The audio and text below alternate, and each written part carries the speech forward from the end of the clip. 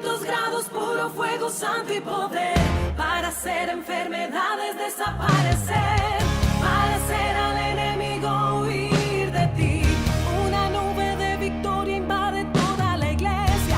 La previsión de Dios dice que va a llover lenguas de fuego por todos los lados. Y de esa bendición quiero salir mojado, mojado y revestido por ese poder.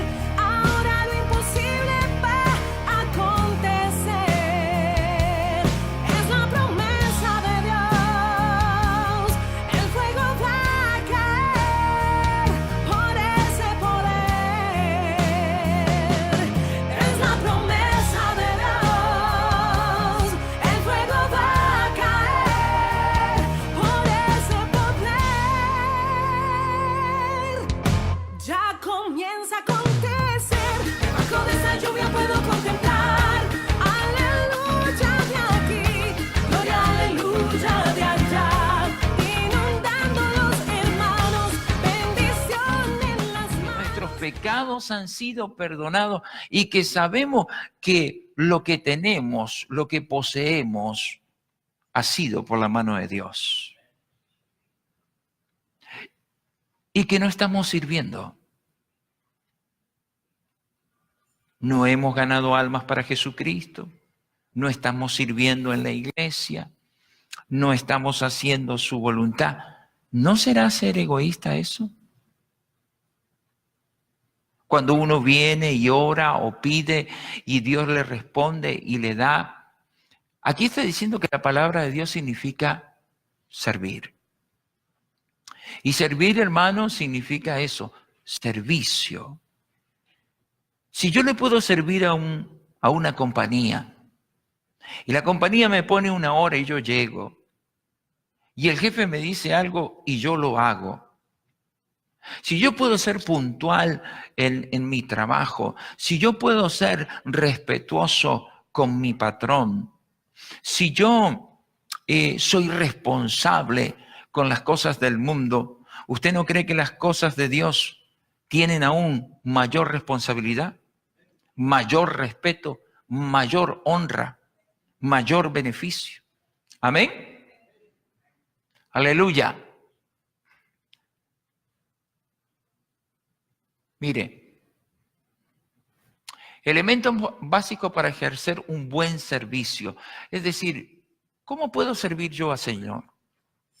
No es que yo vengo a la iglesia y yo sirvo a Dios como yo quiero. Esto es como cuando uno se casa. Uno viene de la soltería, pasa a vivir en pareja y hay un proceso de adaptación. Por lo general, todos nosotros los hombres somos bien desordenados. Quitamos la ropa, la dejamos tirada, etcétera, etcétera, etcétera. Claro, la novia no sabía eso porque tú ibas bien planchado, bien trajeado, con el carro bien aseado, pero ahora ya te casaste y eso ya no importa. Y ahí es donde se ve tu verdadero carácter. Si eres responsable, si eres aseado, etcétera, etcétera. Entonces hay un proceso de adaptación que quiere decir que como ya ahora viven en pareja, como ahora ya son marido y mujer, bueno, ahí se empieza realmente a ver quién es quién. Y entonces ahí empieza la adaptación. Bueno, no era ordenado, ahora va a tener que hacer ordenado. No cocinaba, ahora cocina, bla, bla, bla, bla. Porque si quiero vivir en pareja, voy a tener que acoplarme. ¿Amén? No sé si está de acuerdo conmigo, pero creo que en todos casos es así. Si yo quiero llegar al cielo, si yo quiero estar con Cristo, si yo pretendo llegar a donde Jesús está, tengo que acoplarme a lo que Él me está diciendo. ¿Amén? Porque si no sería muy fácil, ok, yo creo y no hago nada. Yo creo y no me esfuerzo. Yo creo y vivo como yo quiero. Pero eso no dice la Escritura. Entonces, miremos. Ahí vemos una mujer orando. Eso significa esto. Toda la tierra te adorará y cantará a ti.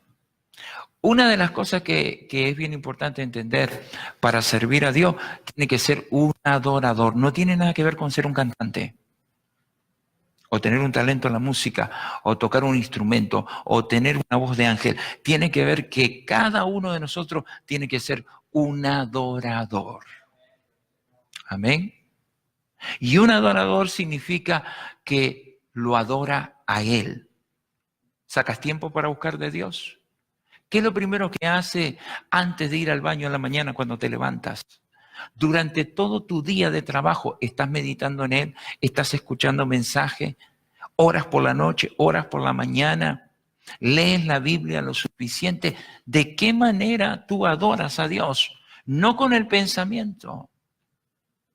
Los ateos no creen en Dios, pero han leído la Biblia. Los políticos hablan de Dios y son los que más roban. La gente que habla en el nombre de Dios y viven como quieren. Ay, sí, Diosito. Ponen a Diosito con D minúscula en todos sus problemas, pero no lo adoran. Y un verdadero servicio, primeramente, es ser un adorador. Tengo el trabajo por Dios, tengo familia por Dios, tengo casa por Dios, lo que tengo es por Dios. Así que mi primera palabra, mi primera alabanza, mi primer pensamiento, todo lo primero se lo lleva Dios. Amén. Me estoy levantando en esta mañana por Dios, así que le doy gracias a Él, lo glorifico a Él, lo alabo a Él, lo exalto a Él, lo bendigo a Él. Entonces, lo primero que Dios nos pide es adoración. Si antes, cuando no conocíamos a Cristo, adorábamos palos y yeso a un Dios no conocido, cuánto más ahora que adoramos al que conocemos, que se llama Jesús. Amén. Segundo, sujeción. Y ahí empieza el problema. ¿Y sabe por qué está el problema en la sujeción? Porque no hay adoración. Yo estaba dando una clase recién y estaba diciendo, cuando uno ama, se entrega. De tal manera amó Dios al mundo que ha dado a su Hijo unigénito para que todo aquel que en él cree no se pierda, mas tenga vida eterna. Dios mismo vino y se dio a sí mismo por amor a nosotros y fue a la cruz del Calvario. Pregunta, ¿está dispuesto usted a darlo todo? No se adelante a decir que sí. Porque darlo todo significa todo. Significa que yo estoy dispuesto a entregarlo todo por amor a Él. Amén. Y ahí es donde empieza la sujeción.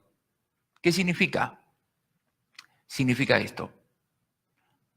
Así como la iglesia está sujeta a Cristo, eso está en Efesios, capítulo 5, verso 24. Es decir, ¿quién es la iglesia? Nosotros. La iglesia no es el edificio. La iglesia no es la organización. La iglesia somos nosotros. Nosotros me estoy refiriendo a aquellos que creen en la palabra de Dios, pero la practican, la viven, la predican.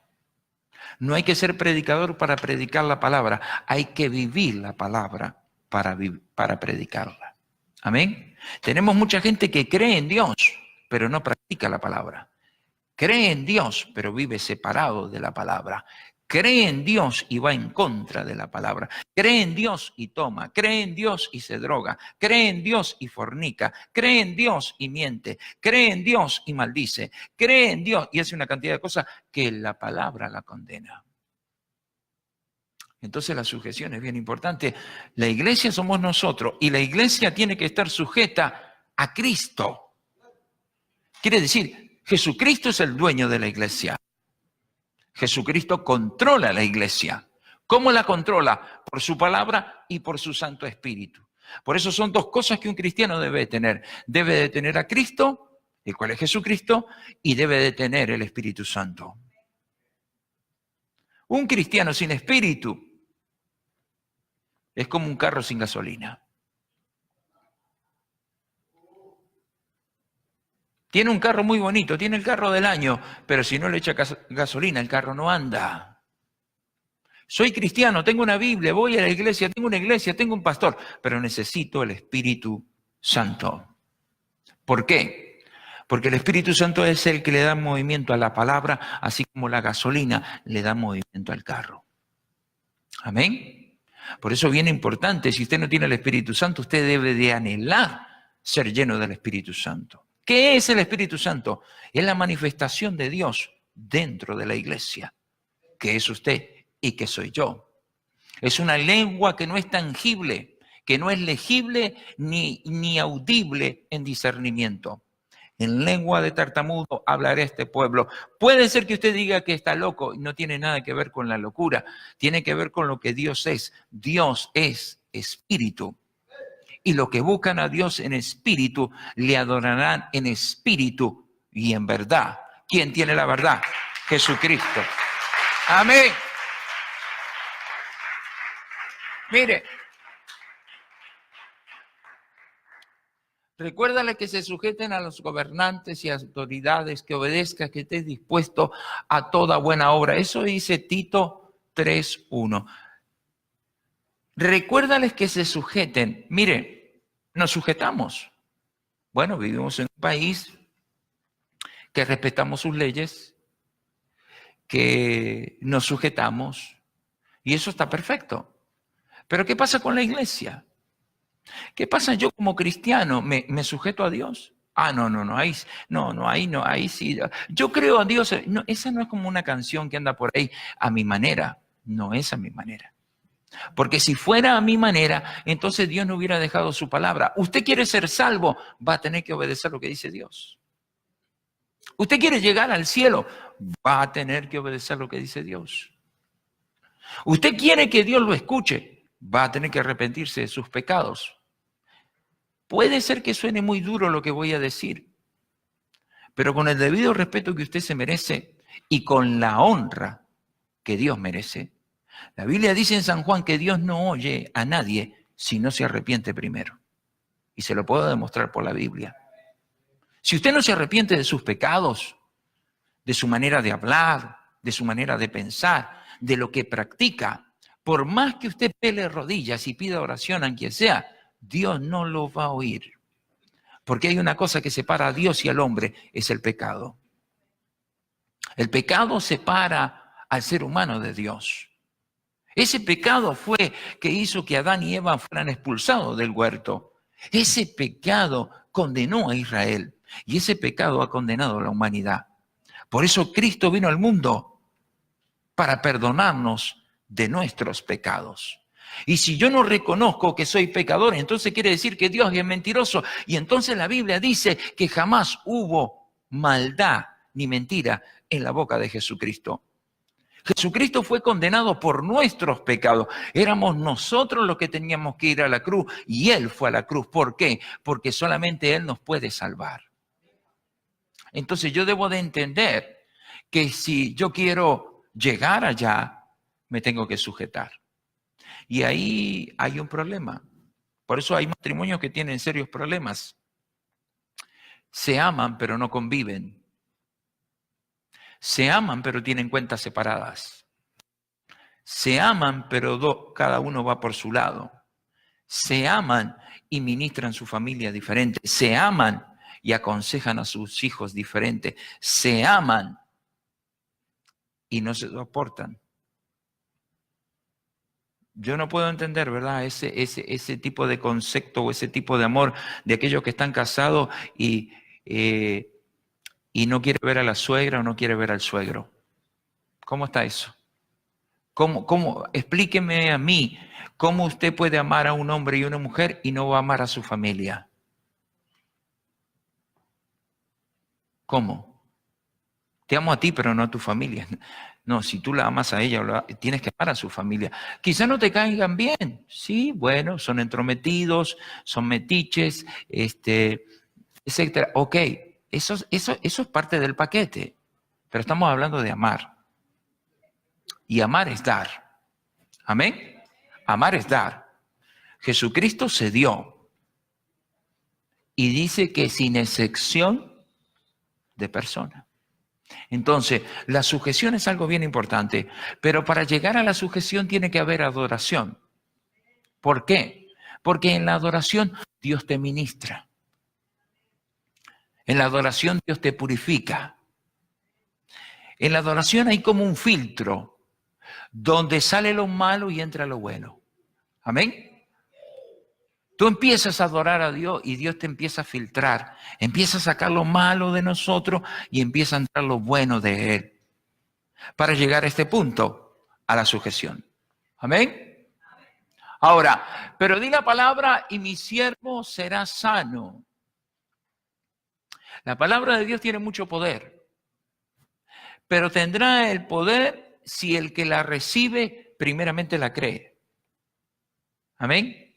Si usted está enfermo y pide oración y mañana va al médico, quiere decir que usted creyó, pero sigue confiando en la medicina. Amén. Pero si usted está enfermo y cree con todo su corazón, usted sabrá que Dios es más poderoso que la medicina. Amén. Pero hay que tener fe. Y aquí hay un hombre que vino a Jesús. Porque también yo soy hombre puesto bajo autoridad y tengo soldado bajo mis órdenes y digo a este que vaya y el otro que venga, viene y a mi siervo haz y este lo hace. Eso está en Lucas. Y ese era un centurión que tenía a cargo una centena de soldados, pero que tenía un criado enfermo. Y Jesús no había hallado tanta fe en Jerusalén como la de este hombre. No soy digno que entres en mi casa, solamente di tu palabra y mi criado sanará. ¿Sabe qué le demostró? No solamente le demostró que tenía fe, sino que aunque él tenía un cargo y tenía una capa y tenía un puesto y tenía gente a su mando, demostró respeto. Las personas han perdido el respeto por las cosas de Dios. Por eso usted los ve que entran con celular a la iglesia. Por eso usted los ve que mandan mensajes de texto dentro del santuario. Por eso usted los ve que contestan dentro del santuario. Por eso usted los ve que está la alabanza y no alaban. Que se les pide que pasen enfrente y no pasan. Que se les dice que se arrepientan y no se arrepientan. Porque las personas han perdido el respeto por las cosas de Dios. Porque todo el mundo habla de Dios, pero no todo el mundo hace lo que Dios dice. Porque estamos llenos de iglesias, pero que no son iglesias de Jesucristo. Y cuando usted llega al libro de Apocalipsis, dice son sinagogas de Satanás. Una verdadera iglesia hace la voluntad de Dios, no la voluntad de los hombres.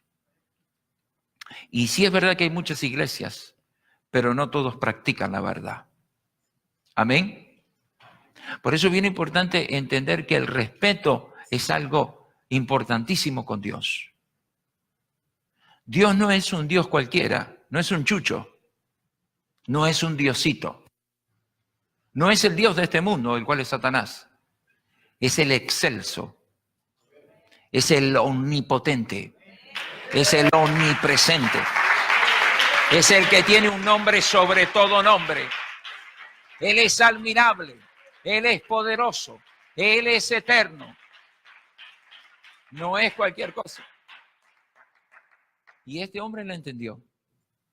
Por eso Jesús se quedó maravillado y admirado y sacó una enseñanza. No he visto en toda Jerusalén tanta fe como la de este hombre. Conforme has creído, así sea. Y ese hombre que creyó y al instante su siervo fue sanado. Amén. ¿No es algo eso glorioso? Está simpático, ¿verdad? Disponibilidad. Recuérdense que estamos hablando de servicio y una de las primeras cosas es la adoración. Amén. Mi corazón está dispuesto, Dios. Salmo 108:1.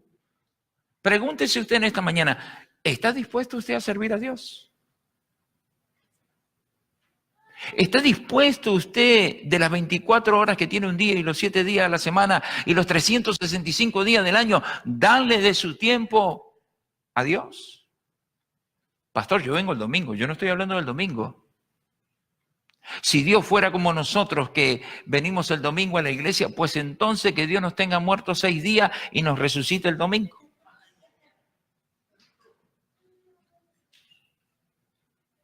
Pues hagamos así. Tenemos 4 cultos por semana. Martes 2 horas, viernes 2 horas, domingo 2 horas en la mañana y 2 horas en la tarde. Son 8 horas de que decimos que le estamos dando a Dios. Bueno, que Dios también nos dé 8 horas en el día, no más. Y durante esas 8 horas vas a tener que trabajar, comer y dormir y estar con tu familia. Las otras horas, dormido. ¿Cómo aprecia la vida una persona después que sale de un coma? ¿Cómo aprecia la libertad después que una persona sale de la cárcel? ¿Cómo valora su cuerpo una persona después que es sanada? Hay personas que se van a poner a meditar en la salvación cuando están muriendo o después de muerto. Y en cualquiera de los dos casos puede ser demasiado tarde. Por eso la disponibilidad es algo bien importante. Tengo salud, tengo vida, estoy libre, tengo tiempo. Se lo tengo que dar a Dios, porque Dios te quiere usar. Amén. Amén. Gloria a Dios. Miembro activo. Un miembro activo, reconocer la grandeza de Dios, Mateo 28, 17. Y el 19 dice ser discípulos. Hay gente que tiene tiempo para todo, menos para Dios. Tiene tiempo para trabajar, tiene tiempo para chatear, tiene tiempo para estar en el Facebook, en Instagram, en Twitter.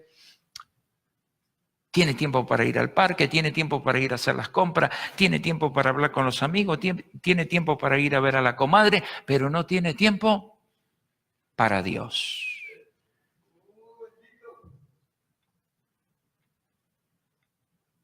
Hay gente que tiene mucho overtime en el trabajo,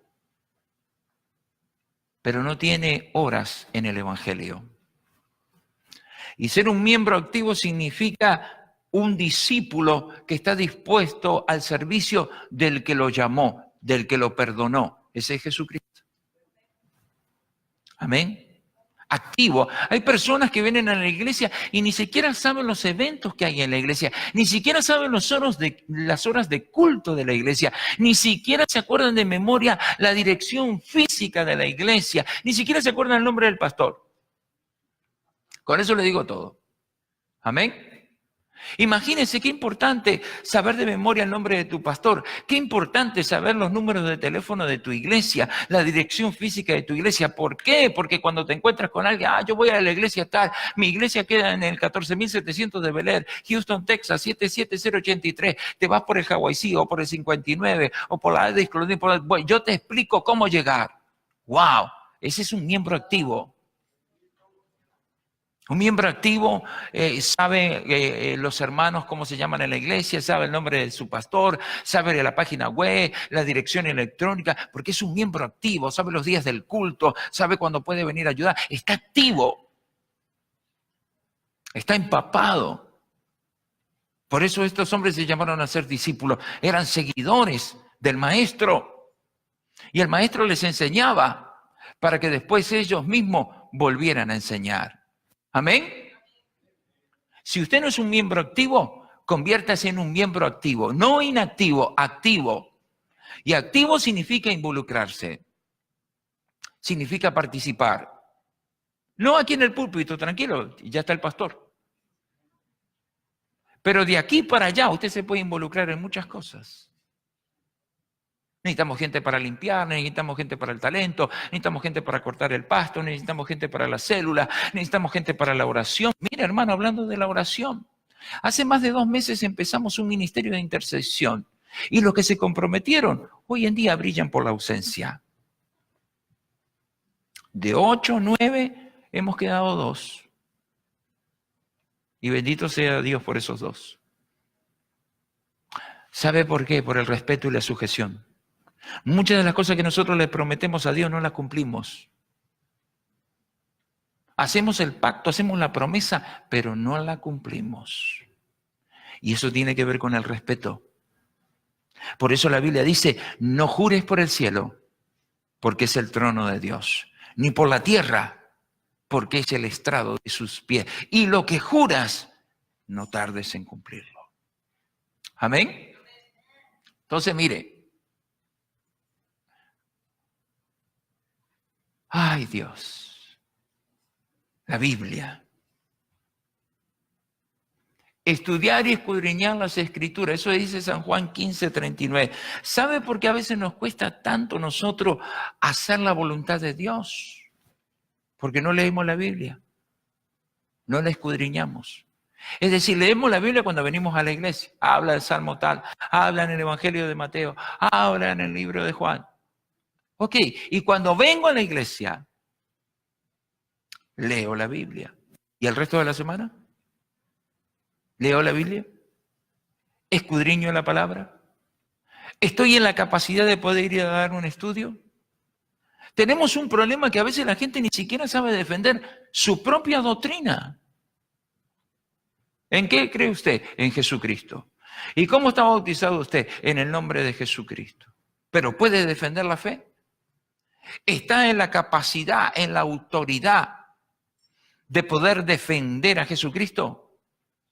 ¿Está usted en la capacidad de poder decirle a aquel que no crea como usted por qué demostrarle por la Biblia que está equivocado? ¿Por qué no es Jehová y sigue siendo Jesucristo? ¿Por qué no son 3 si no es 1? ¿Por qué hay un nombre en la Biblia que es sobre todo nombre? ¿Qué significa la palabra unicidad? ¿Qué significa la palabra diestra? ¿Por qué la Biblia habla de Padre, de Hijo y de Espíritu Santo, pero no haciendo una separación de la deidad de Dios, sino que sigue estando en su completa deidad, el cual es Jesucristo? Está en la voluntad, en la capacidad de defender su fe. Y si usted dice no, no es la culpa de Dios. No es la culpa del ministro, es que yo debo de escudriñar la Escritura. Yo debo de sacar tiempo para leer la palabra. Es fácil decirle al ministro o a la iglesia, yo no creo en la santidad, pero la Biblia dice que sin santidad nadie verá al Señor.